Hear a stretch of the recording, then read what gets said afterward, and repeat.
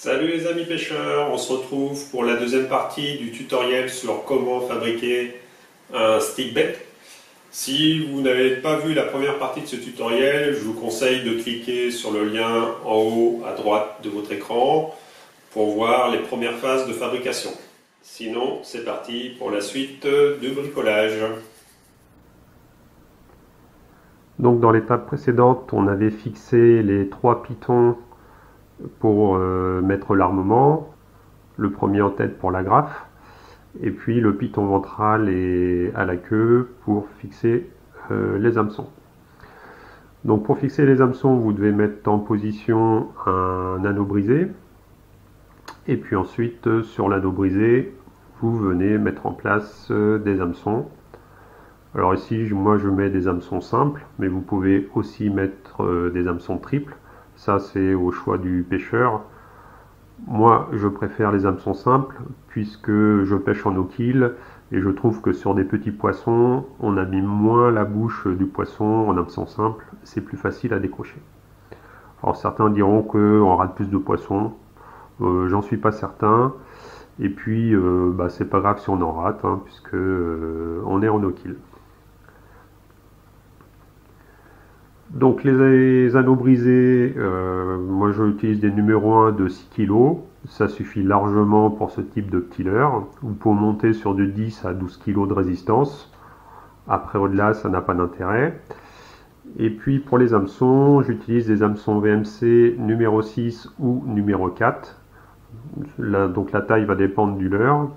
Ce qui est important, c'est de choisir les modèles avec la boucle à la fin, puisque c'est cette boucle qui va nous permettre de fixer l'hameçon sur l'anneau brisé.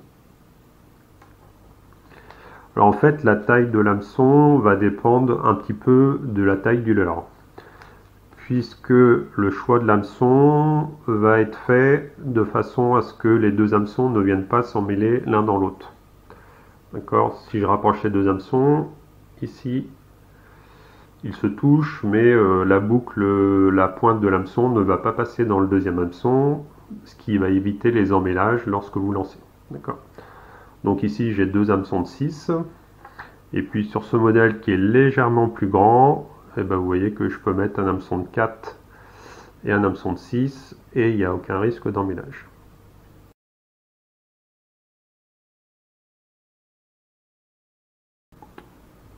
Donc une fois que votre leurre est armé, on va pouvoir passer à l'étape numéro 3 qui va être le lestage du leurre, c'est-à-dire que l'on va plomber le leurre pour lui faciliter la nage.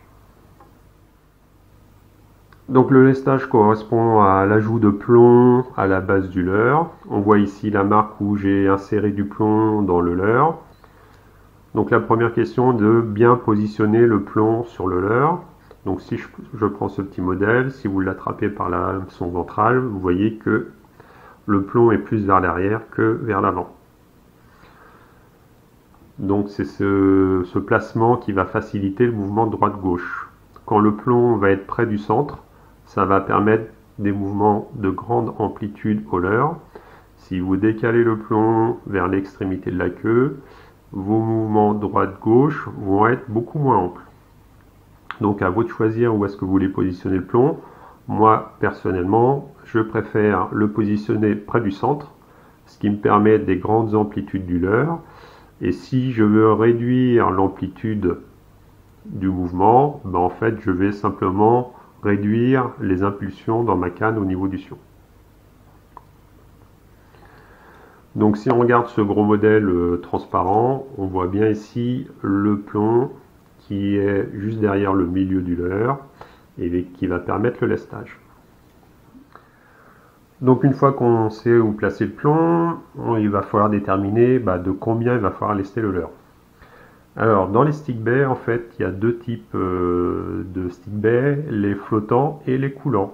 En fait, même si ce sont deux types de leurres de surface, vous allez voir qu'il y a une différence. Si je prends le petit Samy de chez Lucky Craft, c'est un stick bait flottant. Donc si je le mets dans l'eau, vous voyez qu'il flotte avec la tête vers le haut. Par contre, si je prends le Najasob de chez Sakura, lui, ça va être un stick bait coulant. Voilà. Donc il y a une réelle différence entre les deux. L'avantage du SAMI, c'est comme il est flottant, bah, généralement vous ne le perdez pas, alors que le coulant peut s'accrocher dans les structures. Ma préférence va au leurre coulant. Pourquoi? Parce que bah, déjà ils sont plus lourds, donc vous allez gagner en distance de lancer. Ils vont se lancer plus loin. Et deuxièmement, c'est que même s'il est coulant à l'état statique, lorsque vous allez l'animer, il va le remonter à la surface. Et le Sami, lui, va nager sur la surface, alors que le petit Sakura va nager sous la surface. Et il y a des jours où je vous assure que ça peut faire une réelle différence si les poissons sont tatillons. Ils ne vont pas aller chercher le leurre à la surface, mais ils vont plus facilement attaquer le leurre sous la surface de l'eau. Bon, après, à vous de choisir. Donc si on regarde mon prototype qui est déjà plombé, avec lequel j'ai déjà pêché et pris du poisson, en fait j'ai plutôt pris un modèle légèrement coulant. Vous voyez que l'hameçon va toucher au fond de la boîte. Donc pour lester le leurre, j'utilise des plombs de pêche. On a tous dans nos boîtes à pêche des plombs pour équilibrer les lignes de pêche au cou. Alors je me rappelle plus du numéro des plombs parce que c'est une vieille boîte et tout est effacé, mais vous voyez que c'est des plombs de petite taille. Donc pour trouver le bon lestage, bah, vous testez les différents grammages. Donc le plus simple c'est de prendre un plomb et de le fixer sur la hampe de l'hameçon.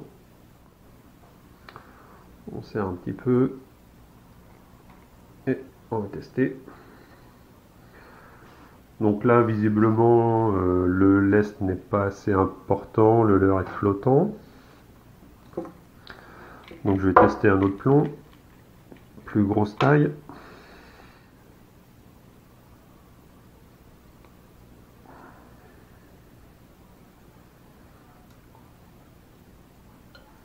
Et là, le leurre est coulant. Donc il me faut quelque chose d'intermédiaire pour être légèrement coulant, mais pas trop tout de même. Donc à ce moment-là, vous récupérez la chevrotine, vous l'ouvrez,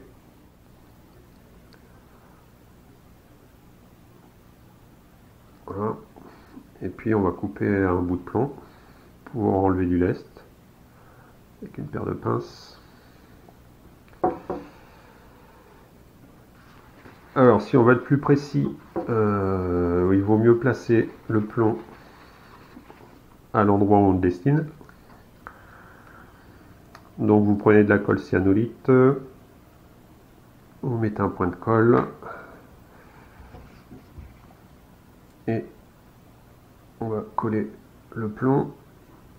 Donc vous exercez une pression pour que la colle polymérise. Attention de ne pas vous coller les doigts. Voilà, quelques secondes suffisent. Donc voilà ce que je recherche. Donc un leurre légèrement coulant. Vous voyez que l'hameçon du bas touche au fond de la boîte, mais qui a tendance à vouloir remonter.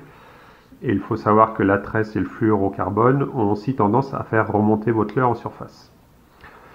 Alors à vous de choisir, hein, vous pouvez faire des choses légèrement plus lourdes. Voilà, comme ici. Celui-ci va être franchement coulant, comme le Sakura Naja, ou alors un leurre plus flottant encore. C'est comme vous voulez. La dernière étape est de coller le plomb sur le leurre. Alors vous voyez ici, on le voit qu'il déplace de la surface du leurre. Donc pour faire quelque chose de plus propre, je vais forer un petit trou au niveau du leurre pour pouvoir y insérer le plomb. Donc tout simplement, vous prenez une mèche à bois. Vous pouvez faire ça avec une perceuse, mais moi je préfère faire à la main pour avoir plus de contrôle. Et puis dans l'axe du leurre, on va former une cavité. Voilà, donc une fois que la cavité est assez grande, on peut y insérer le plomb, ce qui fait qu'il est en affleurement du leurre, et donc ça sera plus esthétique. Donc l'étape suivante, bah, c'est de coller le plomb. Donc vous y insérez de la colle. Alors soit vous reprenez de la colle époxy, soit vous mettez, moi je mets de la colle scotch en gel. Ça va très bien. Vous insérez le plomb. Et puis on enlève les excès de colle.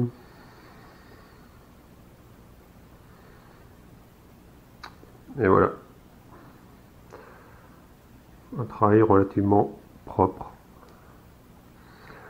Donc on laisse sécher et maintenant bah, notre leurre est prêt pour la dernière étape, la décoration.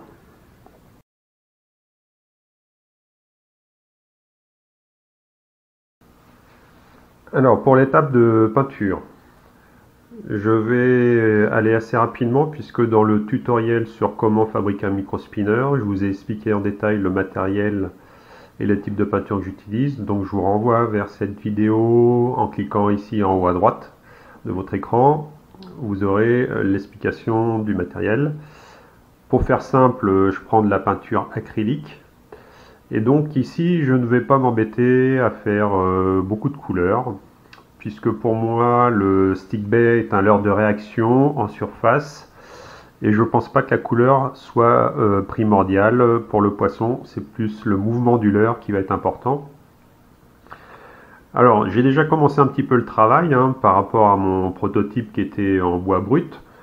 Et en fait, j'ai fait deux teintes opposées. Une proche de mon prototype en noir, puisque je me suis aperçu que finalement c'est une couleur qui marchait bien, puisque j'ai pris plusieurs poissons. Et puis à l'opposé, j'ai fait le contraste inverse du blanc.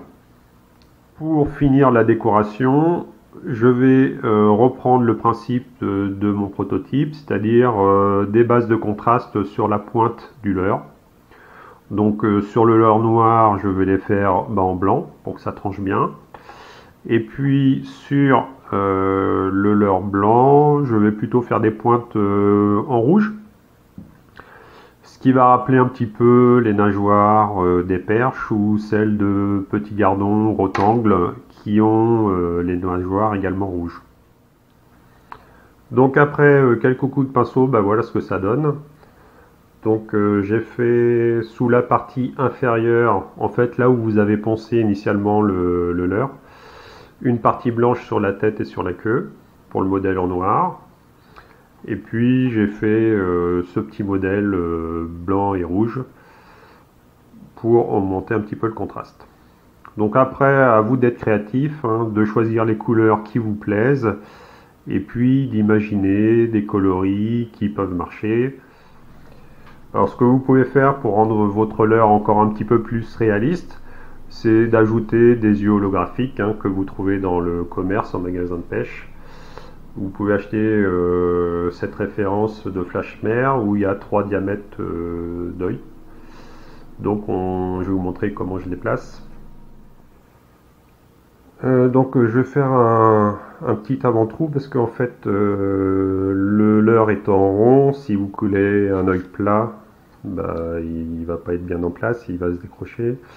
Donc il va falloir faire une petite cavité pour le placer. Donc de nouveau je prends un foret et donc je vais légèrement creuser la surface du leurre pour faire l'emplacement de l'œil. Voilà, donc une fois que la cavité est faite, il suffit de vérifier l'emplacement de l'œil, si ça rentre bien.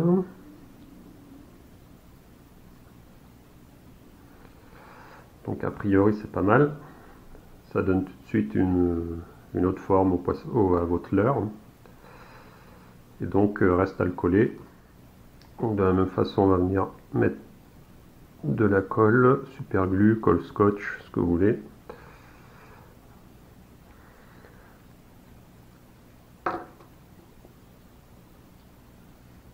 Et donc, on va placer l'œil dans la petite cavité. On enlève les excédents. Et voilà. Et tout de suite, ça vous donne un leurre qui a l'allure d'un petit poisson. De l'autre côté, alors il y a des petites retouches de peinture à faire après, mais Et puis je vous montre le noir. Voilà. Dernier élément de décoration que j'ai utilisé, j'ai rajouté des paillettes. Alors c'est les paillettes qui sont dans de la colle, donc ça s'étale assez facilement au pinceau. Donc j'en ai mis un petit peu partout sur le leurre blanc, ce qui donne cet aspect de reflet qui imite un petit peu les écailles du poisson. Et puis sur le modèle noir, j'ai mis juste une ligne de paillettes sur le côté pour représenter la ligne latérale des poissons, pour donner aussi un petit peu de reflet en cas où vous pêchez avec le soleil. Donc on en a terminé de la décoration. L'étape finale, c'est de protéger votre leurre en bois de l'eau. Donc pour cela, il va falloir appliquer une couche de résine qui va le protéger. Donc comme pour les micro-spinners, j'utilise un produit Envirotex qui est une résine bicomposant avec la résine et le durcisseur que l'on va mélanger à volume égal pour préparer la résine. Donc je vous conseille d'avoir des petites seringues de 1 ml, ce qui vous facilite la précision de la mesure de chacun des composants. Je mélange ça dans un petit verre jetable en plastique. C'est des verres à dégustation que vous trouvez en supermarché. Et pour le mélange, vous utilisez une spatule en bois. Donc pour manipuler ces produits, j'utilise des gants, puisque le produit est corrosif. Donc si vous en avez sur la peau, ça peut vous faire des petits trous. Et c'est toxique pour l'environnement, donc on évite de le rejeter n'importe où. Donc je vais préparer 2 ml de solution. Je prélève 1 ml de la résine, auquel j'ajoute 1 ml de durcisseur. Donc reste ensuite à mélanger les deux composants. Il faut mélanger au moins pendant 2 minutes pour avoir une solution homogène. Et ensuite, je vous conseille de laisser reposer 5 à 10 minutes votre solution, de façon à ce que si vous avez introduit des bulles d'air, eh bien qu'elles remontent en surface et qu'elles s'échappent de la solution. Donc on se retrouve pour appliquer la résine. Donc avec mon système de rotation, je ne vais pas vous réexpliquer le système parce que j'ai déjà expliqué dans la vidéo comment fabriquer un micro-spinner. Donc allez voir dans la vidéo, je vous explique le type de moteur que j'utilise. Donc pour appliquer la résine, c'est simple, il suffit d'en prendre avec le pinceau et de l'appliquer de façon régulière sur le leurre. Alors il ne faut pas faire une couche trop épaisse, puisque en fait il va falloir faire 2 applications. Donc vous appliquez une première couche, vous laissez sécher 24 à 48 heures, et ensuite vous appliquerez une seconde couche qui va permettre de lisser l'effet de la résine sur le leurre. Et ensuite, vous devez attendre au moins 3 jours avant de mettre le leurre dans l'eau, sinon si la résine n'est pas complètement sèche à cœur, elle a tendance à s'opacifier. Alors l'avantage du système tournant du leurre, c'est que comme la résine est liquide, eh bien, par le phénomène de rotation, celle-ci va s'appliquer régulièrement sur toute la surface du leurre. Donc les stick baits sont maintenant terminés, la résine a fini de sécher. Donc je vous montre le stick bait terminé. Donc ici c'est le modèle blanc pailleté avec le rouge en dessous. Le modèle de contraste opposé avec les couleurs noir et blanc et la ligne latérale en pailleté. Et puis mon petit prototype que j'ai amélioré puisque j'ai repeint la surface noire, j'ai ajouté les yeux et les paillettes et puis je l'ai verni. Ça, il est reparti pour de nouvelles aventures. Voilà, cette vidéo est maintenant terminée. J'espère que ça vous aura plu. N'oubliez pas le pouce bleu pour tout le travail engagé dans ce tutoriel. Ça m'a pris pas mal de temps. et c'est un plaisir de partager avec vous.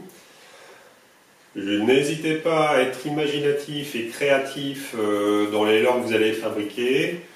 Jouez sur les tailles, les couleurs, enfin amusez-vous, faites-vous plaisir et vous verrez que prendre du poisson avec ses propres leurres, c'est vraiment que du bonheur. Sur ce, je vous laisse. À bientôt les amis pour la prochaine vidéo.